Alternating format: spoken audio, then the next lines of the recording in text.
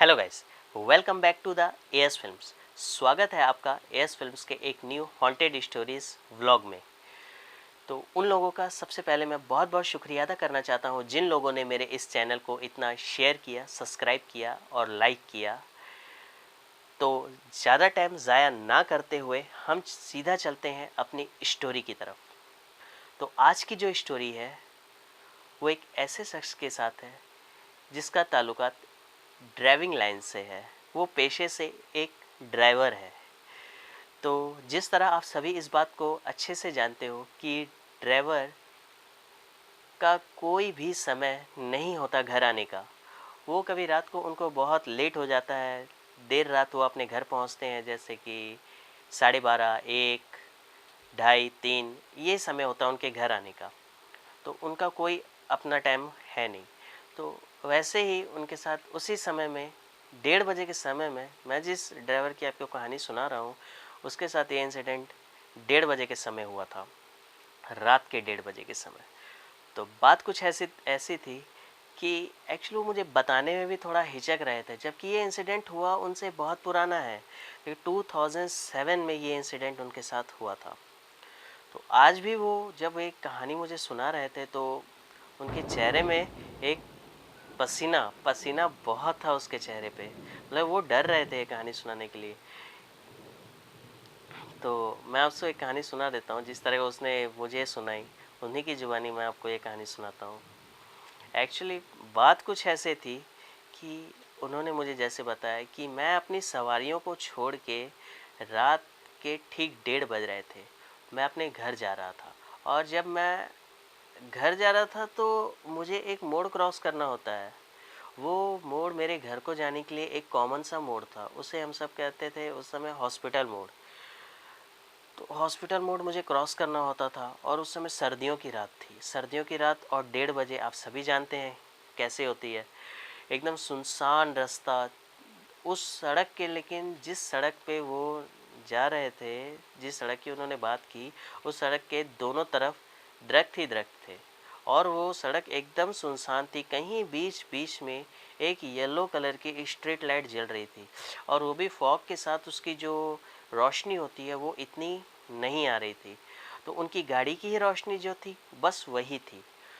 उन्होंने बताया कि मैंने जैसे ही हॉस्पिटल मोड़ से अपनी गाड़ी घुमाई है, घुमाते ही मुझे एक बहुत सुंदर लड़की जो कि एकदम वाइट पोशाक में, एकदम वाइट वस्त्र में दिखी है। और वो लड़की मुझे मेरी गाड़ी की लाइट से ही दिख रही है। वो स्ट्रीट लाइट तक, अभी वो लड़की स्ट्रीट लाइट, वो मोड़ जहाँ से स्टार्ट होता है उससे काफ़ी दूर है, काफ़ी दूर थी वो स्ट्रीट लाइट।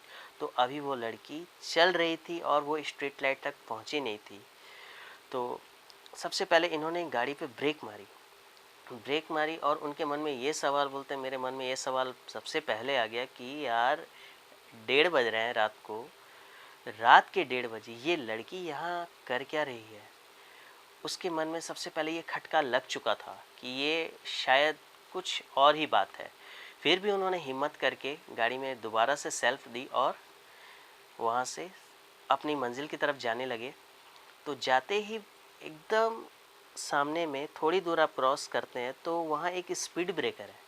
स्पीड ब्रेकर में उन्होंने जैसे, अभी वो लड़की एक ऐसी जगह पे है कि अभी तक उसने वो स्पीड ब्रेकर भी क्रॉस नहीं किया है। बहुत ही धीमी चाल से वो चल रही है वो लड़की। तो उन्होंने जैसे ही स्पीड ब्रेकर सामने देखा वो ड्राइवर ने और उसे अपनी गियर चेंज की स्पीड ब्रेकर क्रॉस करने के लिए, उतने में ही उस लड़की ने लिफ्ट मांगी उससे। जैसे ही उस लड़की ने उसे लिफ्ट का इशारा किया तो इसके मन में ये जो डाउट था वो क्लियर हो गया कि मैंने ऐसी काफ़ी कहानियाँ सुन रखी हैं कि इस समय में, वो भी जाड़े की रात है, सर्दियों की रात है, इस समय में कोई लड़कियाँ लिफ्ट मांग रही है। उसके मन में ये डाउट तो पहले से ही था और फिर भी उसने हिम्मत करके गेट खोला और उस लड़की को बैठाया और कोई बात ना करते हुए, कोई क्वेश्चन आंसर ना किया उसके साथ, और सीधा उससे एक सवाल उसने ज़रूर पूछ लिया जो हर ड्राइवर अपने सवारी से पूछता है कि मैडम आपको जाना कहाँ है। तो उसने कहा, बस इतना ही उसने सवाल पूछा और उसने अपनी जो कहानी थी वो बतानी चालू कर दी, जबकि उसने कुछ भी नहीं पूछा था, बस इतना ही पूछा था, मैडम आपको कहाँ जाना है, आपका घर कहाँ है, मैं आपको छोड़ दूँ। तो उसने कहा कि मुझे ये फ़लानी जगह पे जाना है। तो उसने अपने घर का एड्रेस दिया उसे, तो बोलता ठीक है मैडम चलते हैं। तो उसने वो जैसे ही चलने लगा, तो वो जो स्त्री सामने बैठी थी, जो लेडीज़ उसके साथ बैठी थी, वो लड़की, उसने अपनी कहानी चालू कर दी कि आज रात मुझे बहुत देरी हो चुकी है, मैं इस हॉस्पिटल में काम करती हूँ नर्स का, आज रात मुझे थोड़ी देरी हो चुकी है। तो पता नहीं मुझे कि मेरे मम्मी पापा मुझे घर घुसाएंगे या नहीं घुसाएंगे, ये उसके मन, मतलब कि वो उसने बता दिया उसे। तो उस ड्राइवर ने कहा कोई बात नहीं मैडम, मैं एक बार अपने आपके मम्मी से जो है बात कर लूँगा जाके कि इनको थोड़ी देरी हो चुकी है, तो आप इसे घर में अंदर घुसा लीजिए। तो जैसे ही उसके घर के सामने वो गए, जाने से उसका घर जो है एक गली के अंदर है, इतनी छोटी गली है कि उस गली पे फोर व्हीलर नहीं जा सकती। वो फोर व्हीलर जो है मोड़ पे ही लगानी पड़ती है। तो मोड़ पे जैसे उन्होंने फोर व्हीलर लगाई और उसे एक बार फिर भी उसने कहा कि मैडम जाइए आपका घर आ चुका है। उसने फिर घुमा के ये बात की, मैंने तो आपको पहले ही कहा था कि मेरी मम्मी शायद मुझे घर ना घुसाए, आप जाके एक बार बात कराइए। तो बोलता अच्छा ठीक है मैडम, मैं अभी बात करके आता हूँ। वो जैसे ही बात करने उसकी मम्मी के पास गया, उसने गेट खटखटाया, आंटी जी ने आके उसकी मम्मी ने गेट खोला। गेट खोलते ही उसने कहा कि आंटी जी, मैं आपकी लड़की को लाया हूँ। तो वो हॉस्पिटल से निकल रही थी, काफ़ी देर होगी, लेकिन अभी वो डर रही है इस बात से कि आप उसे इतनी लेट घर घुसाओगे या ना नहीं घुसाओगे। तो उसने कहा कि जाओ आप पूछ के आओ। तो मैं जस्ट आपसे यही बात पूछने के लिए आया था कि आंटी जी, मैं मेरी रिक्वेस्ट है कि आप अपनी लड़की को जो है घर के अंदर घुसा लीजिए। तो उसकी मम्मी ने ना आओ देखा ना ताओ, सबसे पहले उस लड़के को जल्दी से घर के अंदर बुलाया। उसने कहा बेटा तुम पहले घर के अंदर आओ। उसने घर के अंदर आते ही जो बाहर का मेन गेट था उसे सबसे पहले लॉक किया। उसके दो गेट हुआ करते थे, एक जाली वाला गेट, उसके बाद एक लकड़ी वाला गेट। उन्हें दोनों गेट को फटाफट से लॉक किया। उतने में लड़की के पापा भी आ चुके थे वहाँ।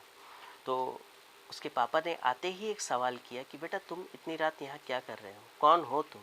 तो उसने कहा अंकल जी, मैं एक पेशे से ड्राइवर हूँ, मैं आ रहा था तो हॉस्पिटल के सामने आपकी लड़की जो है मुझे मिलने लग गया। उसकी मम्मी उसके पापा का फेस देखने लगी कि यार ये क्या बोल क्या रहा है आखिर। तो सबसे पहले उसकी मम्मी ने कहा बेटा तुम बैठो, बैठो मैं आपको पानी देती हूँ। तो बोलता नहीं आंटी जी, मुझे घर जाना है, जल्दी से जल्दी घर जाना है, आप अपनी लड़की को जो है घर के अंदर ला लीजिए। तो उसने कहा ठीक है बेटा, आ जाएगी वो, तुम सबसे पहले बैठो और पानी पियो। तो वो उसकी मम्मी पानी लेने गई तो उसके पापा भी उस लड़के के सामने बैठ गए। बैठते ही जब उसकी मम्मी पानी लेके आई तो उसने पानी पिया। पानी पीते ही उसकी मम्मी ने उसके सामने बैठी, दोनों आसपास मम्मी पापा उसके बैठ गए। बैठने के उपरांत उसकी मम्मी ने सबसे पहले ये बात कही कि बेटा जिस लड़की को तुम अपने साथ लाए हो, क्या वो वही लड़की है। उसने कहा कौन। सीधी उस दीवार पे उसकी फ़ोटो लगी हुई थी उस लड़की की, और उस फ़ोटो की तरफ इशारा करते हुए उसकी मम्मी ने ये बात पूछी कि बेटा ये वही लड़की है जिसे तुम लेके आए हो अपने साथ। वो ड्राइवर ने जैसे ही वो फ़ोटो को देखा, उसके हाथ से पानी का गिलास वहीं के वहीं छूट गया। और वो लड़का उस ड्राइवर ने मुझे बताया यार, मैं तो ऊपर से लेके नीचे तक पूरा एकदम पसीनो पसीनी हो गया जब मैंने उसकी फ़ोटो देखी उस दीवार पे। तो देखते ही उसकी मम्मी भी समझ गई कि अब ये डर चुका है। तो उन्होंने कहा बेटा अब इसे मरे 3 साल हो गए हैं, जिसे तो अपने साथ लाए, ये तेरे साथ ही नहीं कई लोगों को ये परेशान करती है, और रात को ऐसे ही परेशान करती है सबको। तो उसने कहा आंटी जी अब मैं घर कैसे जाऊंगा, वो तो कार में ही बैठी हुई है। तो उसकी मम्मी ने ये बात कही कि बेटा एक काम करो, आज की रात तुम कहीं मत जाओ, तुम यहीं सोफ़े पे ही सो जाओ आज की रात, और अगले दिन तुम सुबह उठ के चले जाना अपने घर। बोलता ठीक है आंटी जी, आज तो मेरी भी हिम्मत नहीं है कि मैं बाहर जाऊं, और एक ऐसी लड़की को मैं अपने साथ लाऊं जो उनको दुनिया से जाके ही 3 साल हो चुके हैं, मेरे मन में तो आंटी जी इस चीज़ का खटका लग ही चुका था जब आधी रात वो मुझे उस जगह पे दिखाई दी। मैंने अपनी गाड़ी जो थी वो आस्ते करके बंद भी कर ली थी, लेकिन फिर भी हिम्मत से मैं उसको यहाँ तक ले आया। मुझे नहीं पता था ये आपने मुझे ये बात बताई है। तो कहा ठीक है बेटा, कोई बात नहीं, तुम आज की रात यहीं रह लो, कल सुबह जो है यहाँ से चल जाना। तो रात भर उसने मुझे कहा कि रात भर यार मुझे वहाँ नींद तो नहीं आई, दिमाग में एक ही बात चल रही थी। 2 तो वैसे ही बज चुके थे उसे घर लाते लाते। जल्दी से जल्दी रात बीती। ठंड की रात कुछ ऐसी होती है कि बीतने में भी समय लगाती है। गर्मियों की रात में सवेरा जल्दी हो जाता है और ठंड की रात में 2 घंटे बिताने भी लगता है कि जैसे हम 5 घंटे बिता रहे हैं। उसने मुझे इसी तरह बताया।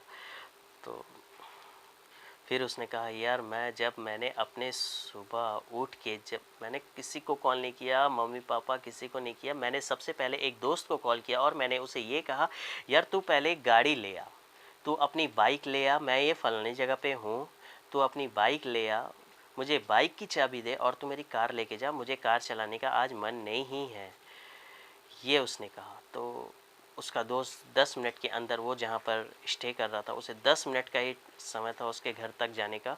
उसके दोस्त सामने ही रहते थे। तो 10 मिनट में उसका दोस्त वहाँ पहुँच गया। पहुँच के उसने उसे स्कूटर की चाबी दी और वो कार चला के ले गया।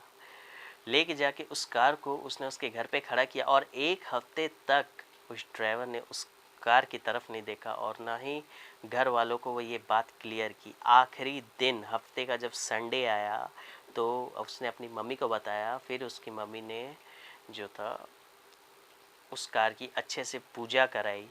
पूजा कराने के बाद गंगा जल वगैरह छिटा उस कार के ऊपर। उसके बाद उसे वो चलाने लगा। फिर भी उसने ये कहा यार मेरा 1 महीने तक जो था ये कार जब मैं चला रहा था और मैं वो मोड़ तो मुझे कॉमन क्रॉस करना ही पड़ता था हर वक्त। तो मैं क्या करता था, जब 12:30 12 क्रॉस हो जाते थे तो मैं वो मोड़ से नहीं आता था, फिर मैं वहाँ रुक जाया करता था कि नहीं, मैं पहले देखता था वहाँ रुक के कि ऐसी कोई चीज़ है तो नहीं, कि हो सकती है भाई, एक बार हुई है, बार बार हो सकती है ये चीज़, वो तो एक ऐसी हवा है ताकि कहीं भी रह सकती है, बार बार आ सकती है। तो उसे हमेशा ये चीज़ की डाउट होती थी और वो 1 महीने तक इस इंसिडेंट को भुला नहीं सका। तो ठीक है जी, आज की स्टोरी यहीं ख़त्म होती है। यही थी आज की स्टोरी। ये मेरे चैनल की सबसे पहली स्टोरी है। उम्मीद करता हूँ कि आपको ये स्टोरी बहुत पसंद आई होगी। पसंद आई है तो इसे शेयर करिए, लाइक करिए, ज़्यादा से ज़्यादा इस वीडियो को सब्सक्राइब करिए और कमेंट ज़रूर करिएगा ताकि मुझे ये पता लग जाए कि आपको ये स्टोरी कैसे लगी। कमेंट सेक्शन में कमेंट करके ज़रूर मुझे बताइएगा कि आपको ये स्टोरी मेरी कैसे लगी। इसी के साथ मैं आपसे अलविदा लेता हूँ। Thank you, bye.